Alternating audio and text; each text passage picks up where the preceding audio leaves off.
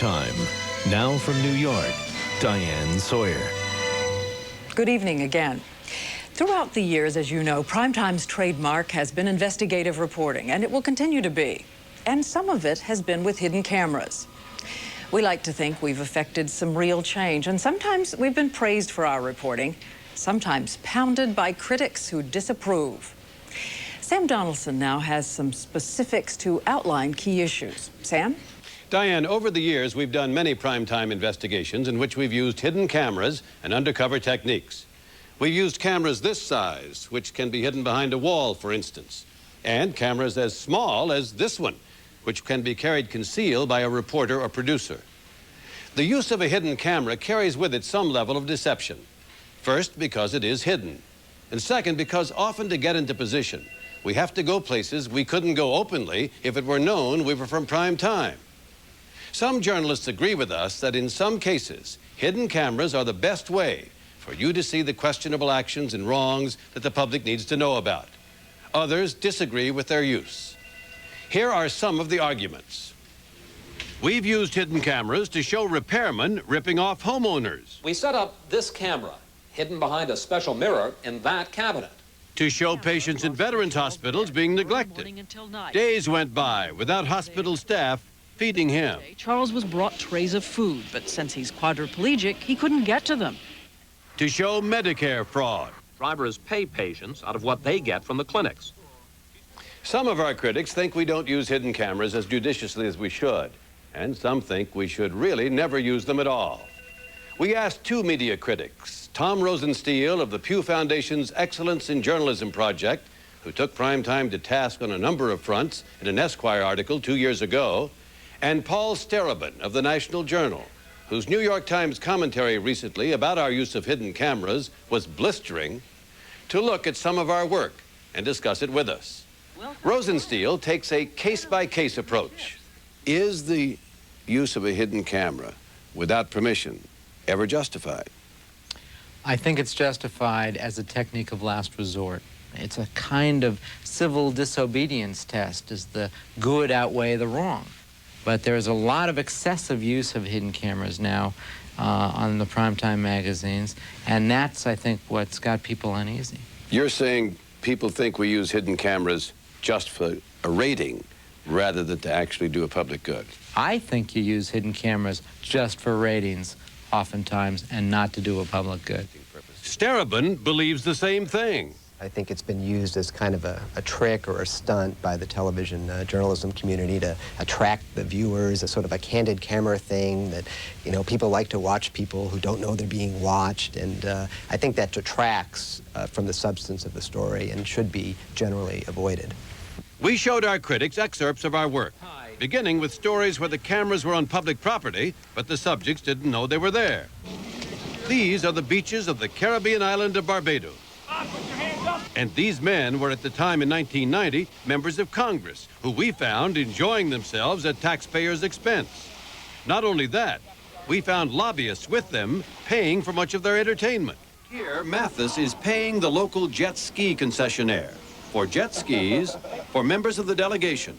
Our producers were out in the open with camcorders posing as tourists, but the congressmen didn't know they'd been photographed until we approached them back in the United States for interviews. Many of your constituents might wonder why 5 days in the warm sun of the... In the years since, we've done a number of hidden camera stories about congressional junkets, which have had an impact on congressional rules. Then there was this story showing welfare cheaters who didn't know the person they were talking to was our producer. We began by taking our hidden cameras into welfare offices around the country. You have to do a lot of lying, let me tell you. You have to find your way. True, the existence of welfare cheating was well known before our report, but the hidden camera caught people bragging how they cheated the system. Get a job, get it off the books. That's what you recommend? Yeah. you got to be smart to beat the system. And look at this. This car is being deliberately crashed in order to collect insurance money. We exposed a ring doing this in California by hiding our cameras in a van on a public street facing the alley where the gang was working. Want to do one more? In none of these stories, of course, had we disclosed in advance that we were there. Telling people you're about to show them engaged in wrongdoing is hardly likely to result in exposing it.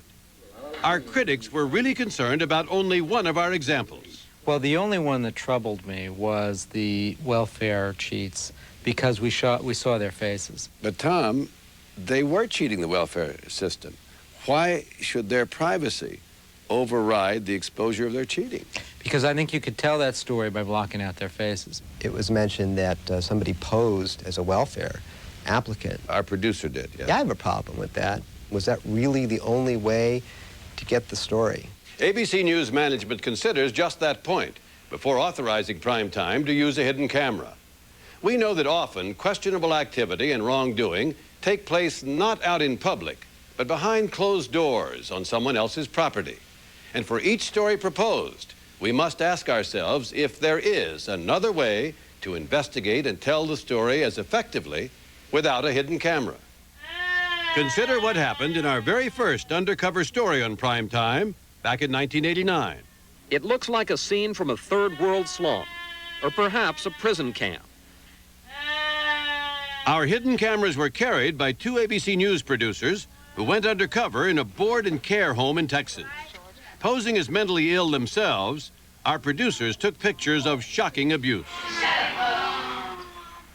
On another occasion, we got jobs in meatpacking plants to investigate unsanitary conditions in the meatpacking industry.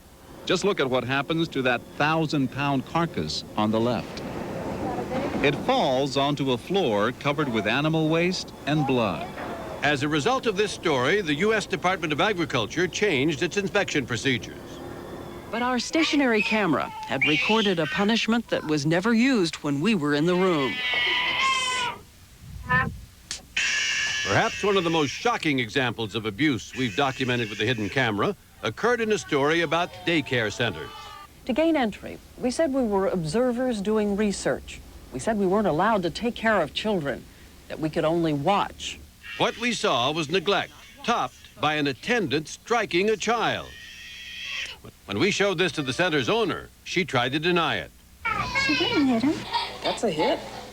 She might deny it, but our camera showed it did happen. And what did our critics think? Paul Starobin thought we were wrong in every instance. Well, I think you're dealing with some powerful subjects that ought to be the subject of good, honest, investigative journalism, and in fact, they always have been. I would quarrel, though, with the methods taken, specifically the deceptive practices. Was the subterfuge absolutely necessary to get these stories? But Tom Rosenstiel took a different view of our work. In the case of that mental institution, you're saving lives, probably, by closing that place down. I don't think the public is going to say, well, you shouldn't trespass there. And what about the daycare center? Could we not have gotten that story another way? Say by interviewing people who had seen what happened there. We would have had a story in which we had people saying, I saw the child being struck, and the proprietor presumably saying, it didn't happen. What would we have said to the audience? Make up your own mind as to who's telling the truth? This is a pretty good case where you've trespassed, but there may have been no other way to compellingly do the story. And again, protecting helpless children from being beaten is a fairly significant public good. Print reporters have been working undercover to expose wrongdoing in this country for over a century, winning prestigious awards like the Pulitzer Prize for doing so. For television, it really began in 1963, when CBS Reports first used hidden cameras to expose a bookie joint in Boston. What do you want now? What they're doing is illegal. They caught customers going in and out and showed beyond question that illegal activity, making book, was going on. It was quite a stunner and received critical acclaim. CBS's 60 Minutes led the way in expanding on the use of hidden cameras, even doing something police agencies have done for years. It set up a sting, its own trap, to catch mechanics dealing in phony auto repairs. All I do is just do my job. We showed our critics 2 examples of stings Primetime has done. In one, we set up a fictitious clinic we named Morgan Medical. We have hidden cameras, not just one, but 4 of them. cameras that will catch every crooked deal at Morgan Medical. We showed how medical patients are in effect bought and sold by unscrupulous operators in order to rip off their medical insurance. If we'd cut every crooked deal that was offered, we could have grossed $20 million a year. And on another occasion, we set up a sting in a motor home, outfitting it with cameras to catch rip-off artists preying on motorists. An elderly couple working with Primetime drove onto a highway. They were the bait, and sure enough, the road raiders flagged them down. You had smoke blowing out the back of this thing. See it dripping? Sure enough, there appeared to be a leak. But our hidden cameras captured how it got there. His partner slipped under the other side. It took just a few seconds to create the illusion of a major leak. But it cost you a heap of money.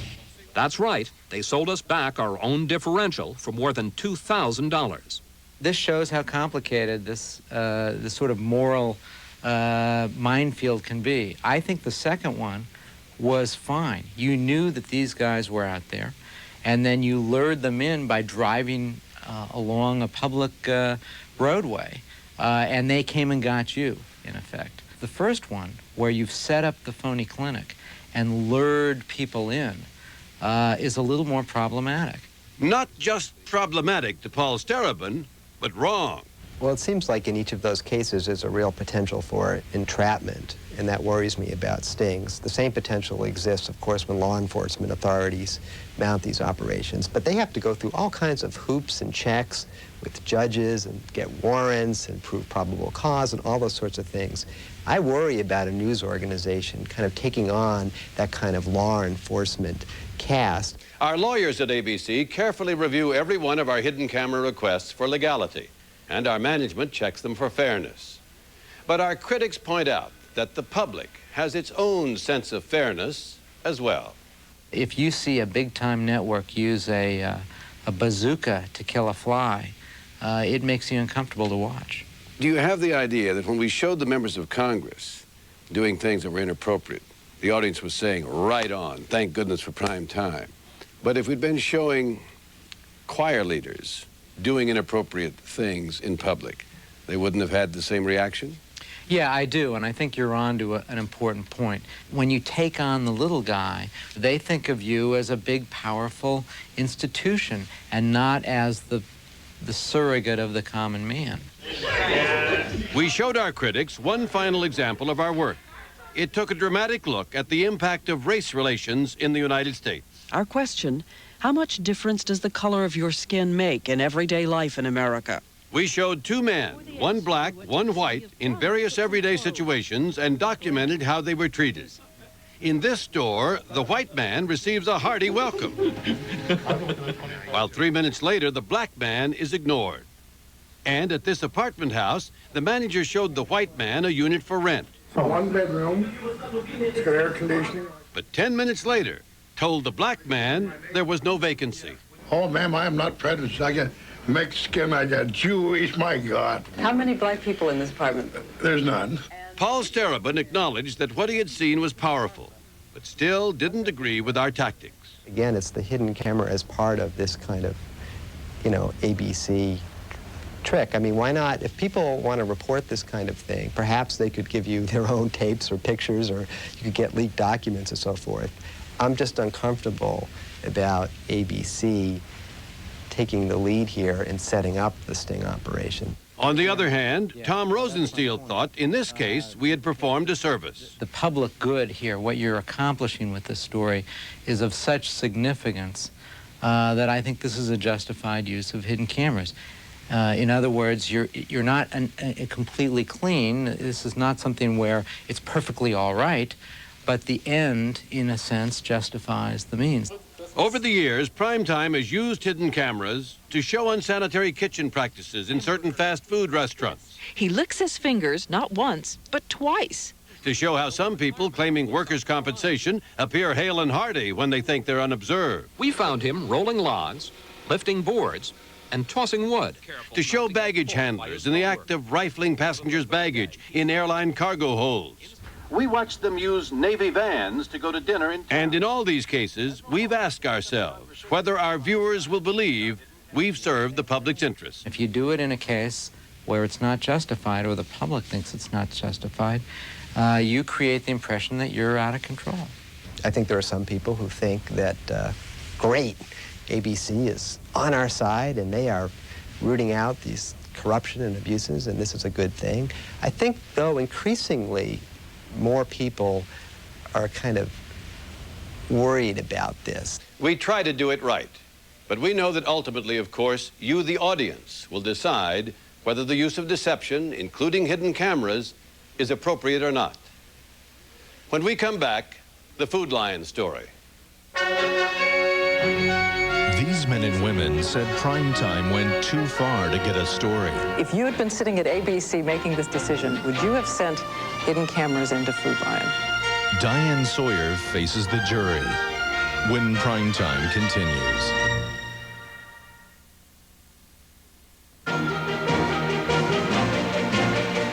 From ABC's newsroom in New York, Diane Sawyer. A handful of times over the years, Primetime decided the best way to see what was really happening in situations where questions had been raised was to send a member of the ABC staff in as an employee. One of those times, Food Lion, the story that brought about this discussion tonight. The verdict in Food Lion's lawsuit against us ignited a debate about undercover techniques in general, and in particular, their use in our investigation. To bring you in on the discussion, we're going to show you now some excerpts from our original 26-minute report. We remind you, this is footage from 1992. We're not saying that any of this is still going on. 5 years ago, we began by telling you that Food Lion was the fastest growing chain in the nation, a remarkable success story. But sources, 70 of them on the record, people from different states who didn't know each other, told us about food handling and labor problems in some departments in their stores. A few of our sources appeared on camera in the 1992 report, and here are some of the things they said about food handling. About supervisors taking food out of the dumpsters, aging fish redone for sale, the repackaging and treatment of meat. They take that pork that's already starting to get a slime to it and it gets what they call a halo, kind of a green tinge to it. And they take and put that in the grinder with sausage mixture, and they put it back out for anywhere from 7 to 10 days as fresh, homemade sausage. And it's rotten. I've seen them in the dumpster, not just leaning over into it, climb in it. I mean, be up in it.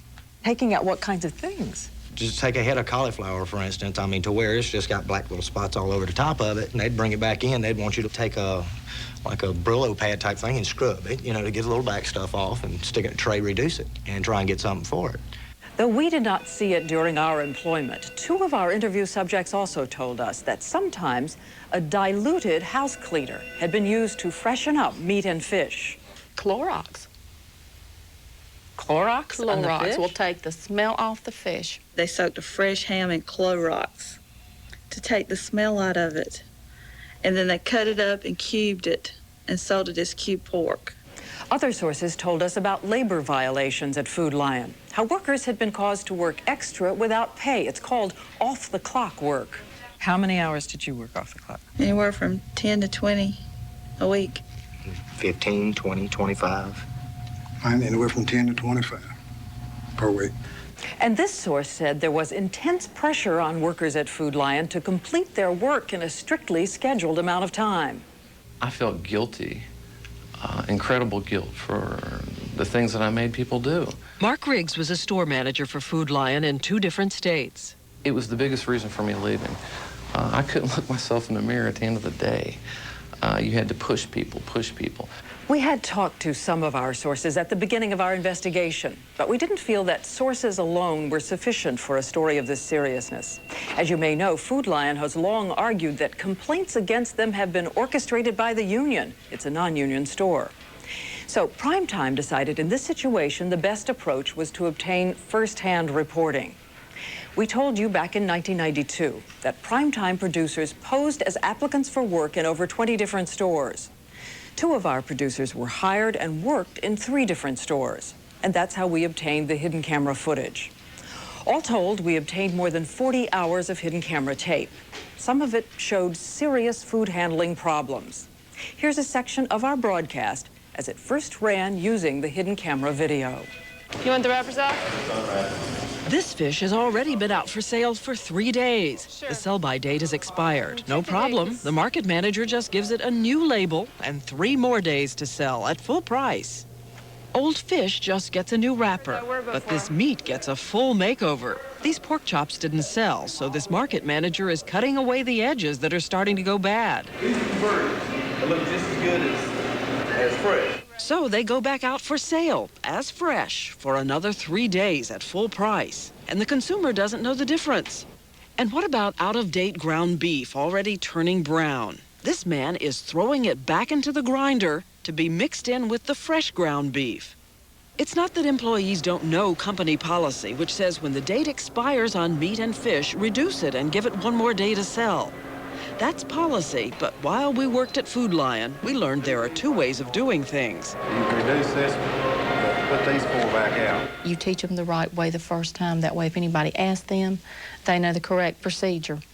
But then I had to show them the wrong way. Telling you the right way, but I'm doing another way.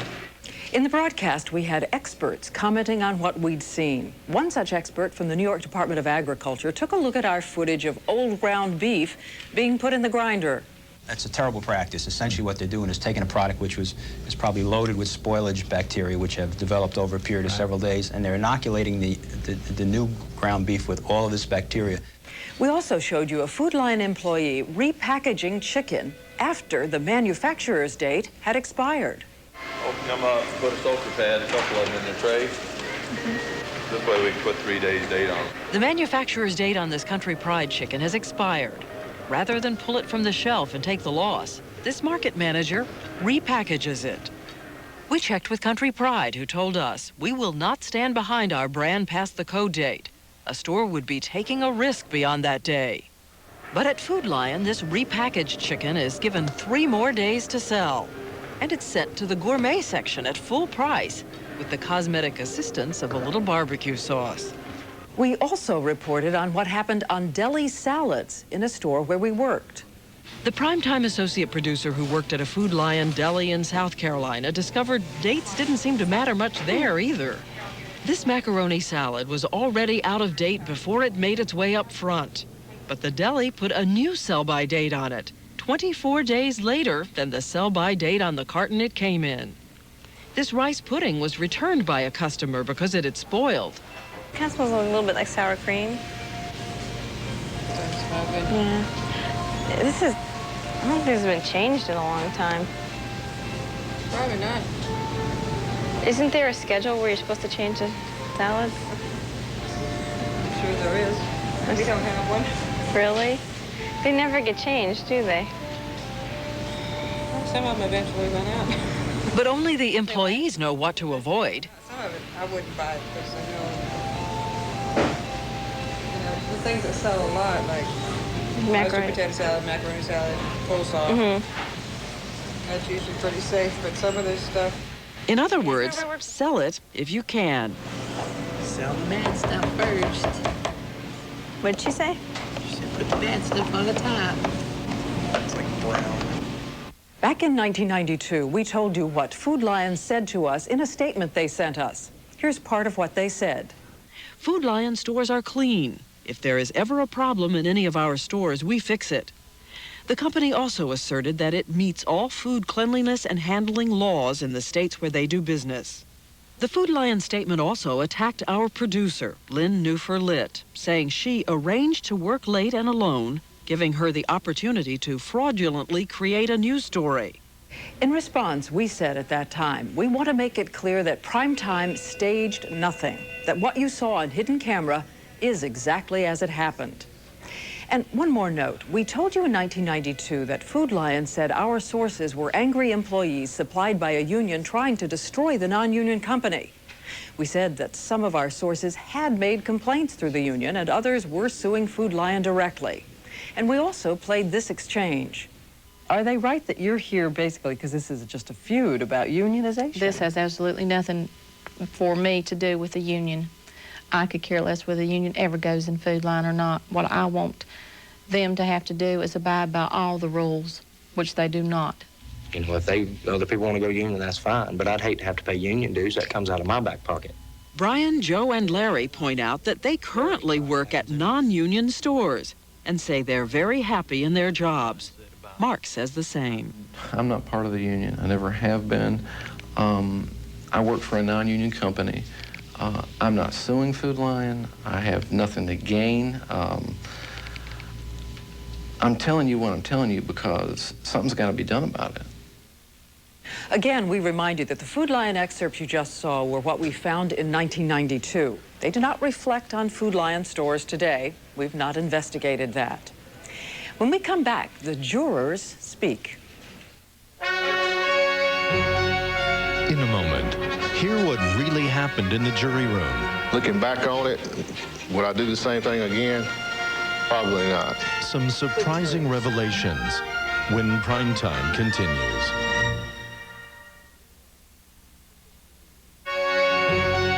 In a moment, some tough questions for members of the Food Lion jury.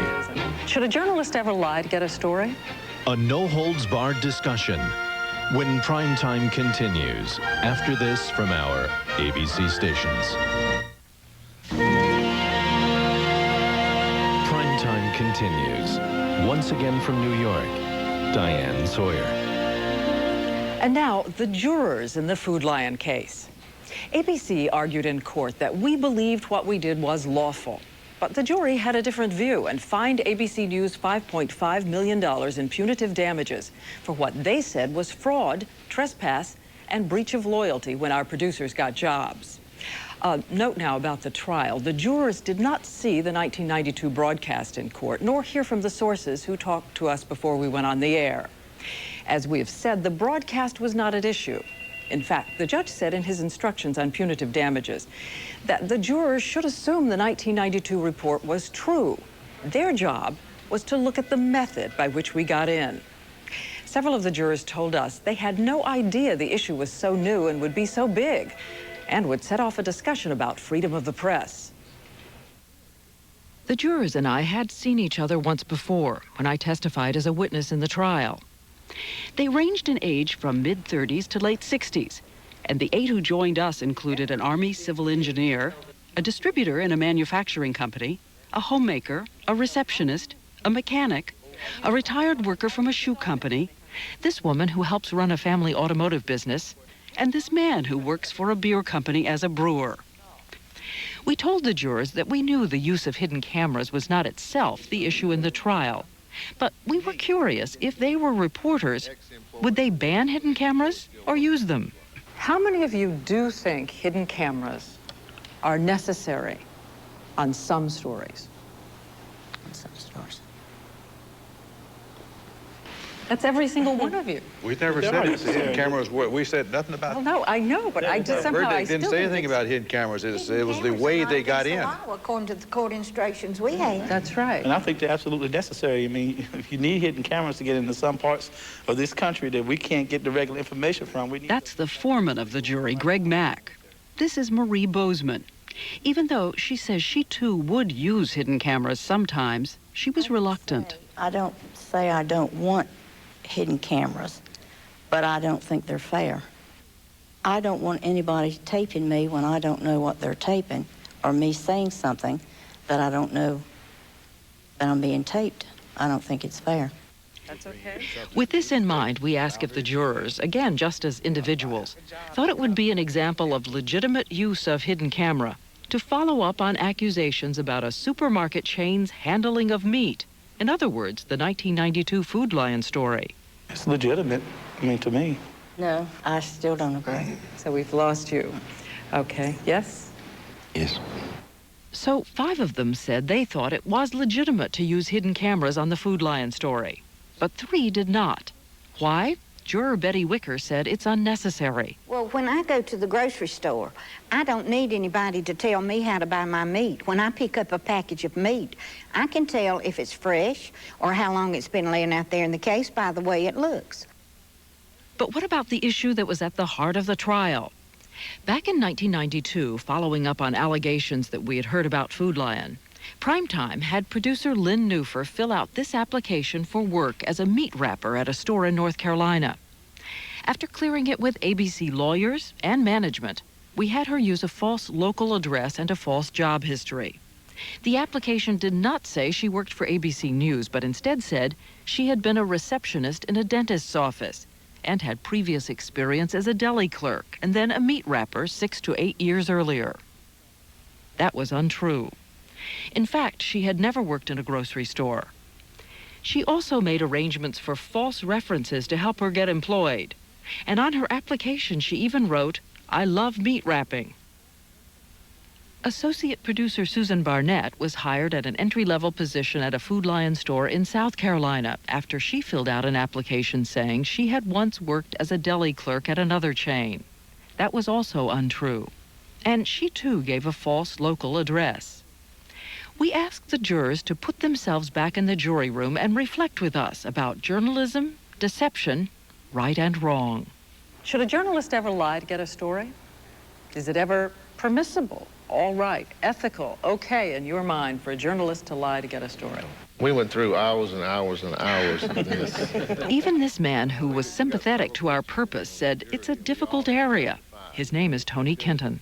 We got several Christians in here on this jury, and we all had some problems with it because it is morally wrong to lie. And we even went back into the Old Testament and used some scriptures and tried to justify, you know, if we could. There was times when lies were necessary or deceit was necessary. And we all agree, you know, most of us, I should say, that lying in itself is wrong. But you have to look at the circumstances. What about the circumstances of the Food Lion story? We also asked about that. How bad do you think what we did was? How bad? How bad? I don't think it was severe. We went through that in the jury. The jurors told us they asked themselves just this question, on a scale of 1 to 10, with 10 the worst. The average, one juror said, was about 3.6. I personally said 2. I said a 6. 2. It was about a 2 for me. 2.5. 2. I think I was about 6. 10. Why do you think a 10? Because the girls were telling stories to get into a man's personal business, and they even made up stories to get in. But we wondered, once you're going to have the big deception of a hidden camera, do the made-up stories on the applications to get in really matter that much? Isn't a hidden camera an automatic lie? Because you're not telling the people you're filming them. Well, Again, we went through that.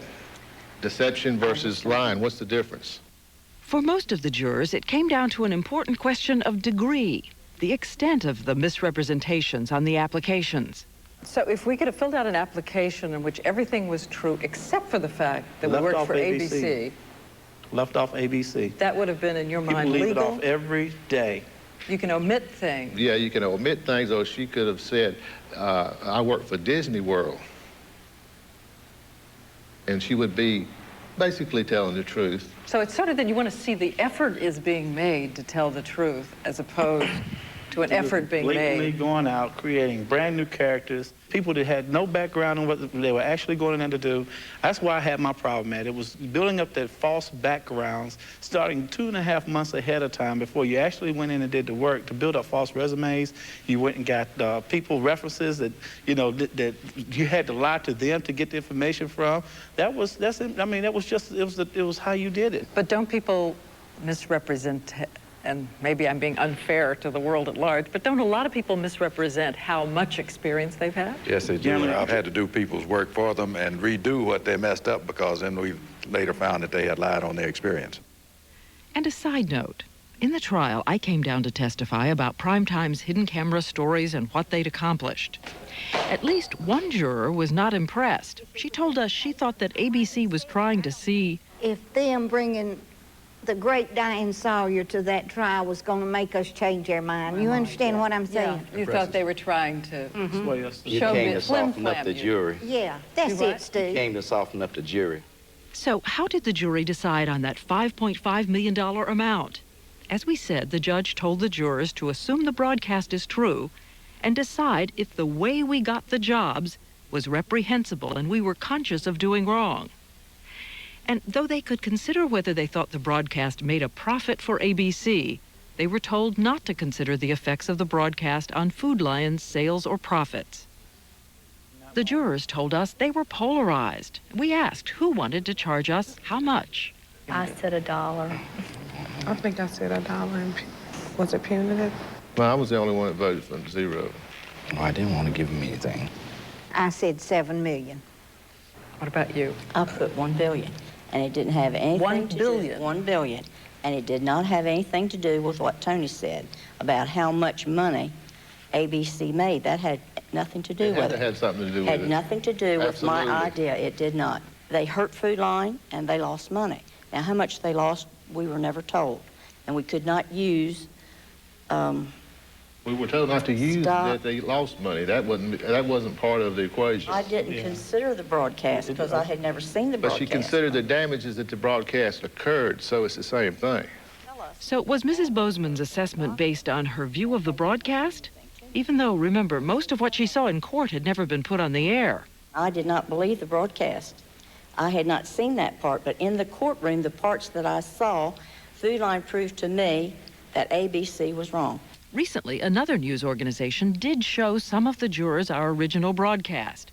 We wondered if it changed anyone's mind. What did you think? If I could have considered the broadcast, it would have probably changed my mind a bit in favor of ABC. The necessity of getting that kind of information out is, I mean, it's true. But if the broadcast made some of the jurors more supportive of ABC, these two jurors became more critical. How do we know those tapes weren't put together in a piece of this and a piece of that? During a week of deliberations on punitive damages, the jury sent out notice 3 times that they were at an impasse. Each time, the judge asked them to keep at it. Most of them said to us they feel the truest outcome would have been a hung jury. Probably the truest, but I'm not sure I'd been satisfied. Well, some of us are having to live with this because I compromise my convictions tremendously. And I know 2, 3 other jurors compromise theirs. I'm not comfortable with $5.5 million. I think it's a joke. But it was the best I could do under the circumstances. I mean, I did what I had to do. Looking back on it, would I do the same thing again? Probably not. I probably would have just sat there until Christmas and hung the jury, if that's what it took. I'm not comfortable at all with it. So we asked the jurors in conclusion to summarize their message to us. Here's a range of their opinion. To tell the truth, because ABC at that time to me was setting themselves up as judge and jury for a company in this country, and I don't think they should be allowed to do that. I'm still do not believe that they did wrong, consciousness of wrongdoing. So I'm not really sure there is a message. It's time to start working within the guidelines that you did not have before. You now have them. Let's find ways to work within those guidelines. We'd like to thank the jurors for the time they gave this case and for sitting down to talk with us. When we come back, a statement from Food Lion and our response.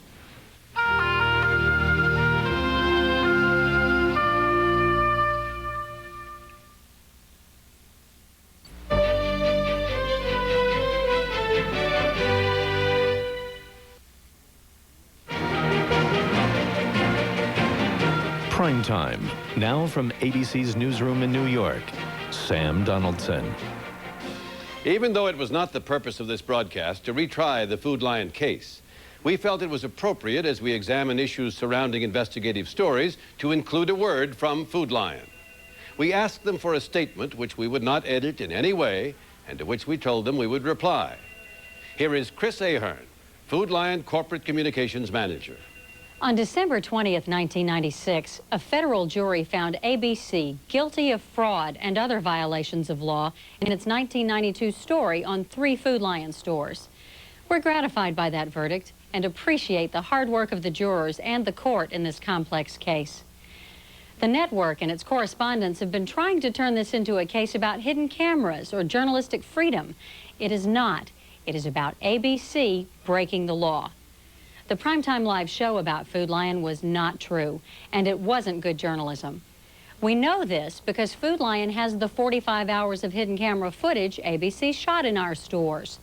This footage shows that Primetime Live staged scenes, violated our store policies, and then deceptively edited the tapes. And yet, even with all that, ABC did not find one single instance of the outrageous and unsubstantiated claims made on the program by a few former employees. Those sources were provided to the show by a union that has stated its intent to economically damage Food Lion. If Primetime Live truly believed its report was vital to public health and safety, why did it wait 6 months until the television ratings period to air its program? ABC has made an issue of the fact that we didn't sue for libel. After the network hid evidence from Food Lion for more than 2 years, we did seek to show the falsity of the broadcast in court. But ABC fought us and blocked our libel claim. We appreciate your listening to our side. We take our responsibilities to the consumer very seriously. Our 72,000 employees work hard every day to provide high-quality products and services. We would like to thank our employees, our shareholders, and our 9 million weekly customers for their continued support. Thank you. Hello, I'm David Weston, president of the ABC Television Network. All of us at ABC understand our duty to obey the law. When our ABC News producers went undercover at Food Lion, we believed they were acting lawfully. We still believe that, and that is why we will appeal. Food Lion now claims our producers staged the conditions that they videotaped in their stores. There is absolutely no truth to their claim. What our producers videotaped happened in front of their cameras, and we presented it the way it happened. We staged nothing. You don't have to take our word on this important point. In fact, the trial judge ruled very clearly on this very issue. The judge said Food Lion had not demonstrated a single instance where anyone from ABC News, quote, tried to create an impression that conditions were other than they actually were, close quote, at the Food Lion stores. Food Lion also claims that our reporting was somehow colored because some former employees had connections to a union. We told the audience that some of the people on our report had filed complaints through the union, and some had not. And Food Lion knows that. Food Lion is now trying to draw the attention of the American people away from the important issues raised in our report. In particular, the truth of charges leveled against food handling practices in Food Lion stores. Tonight, as we did in 1992, we stand by the truth and the integrity of our Food Lion report. We have an obligation to tell the truth to our audience, and we take that obligation very seriously. Thank you for your time and attention. We'll be right back.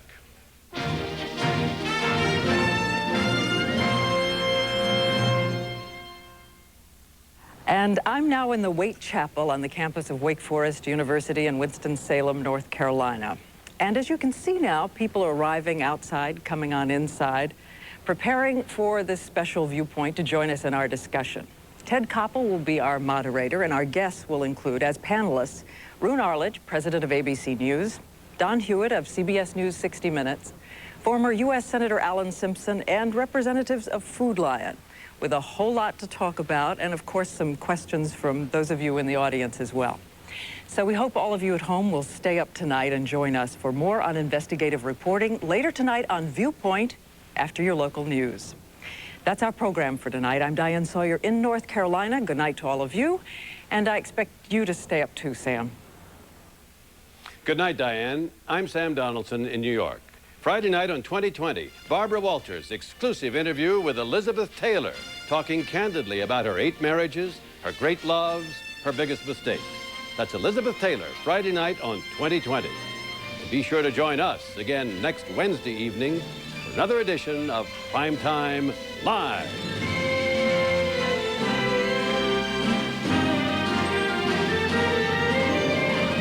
We welcome your comments and suggestions. Write to us in New York or email us at ptlive@abc.com.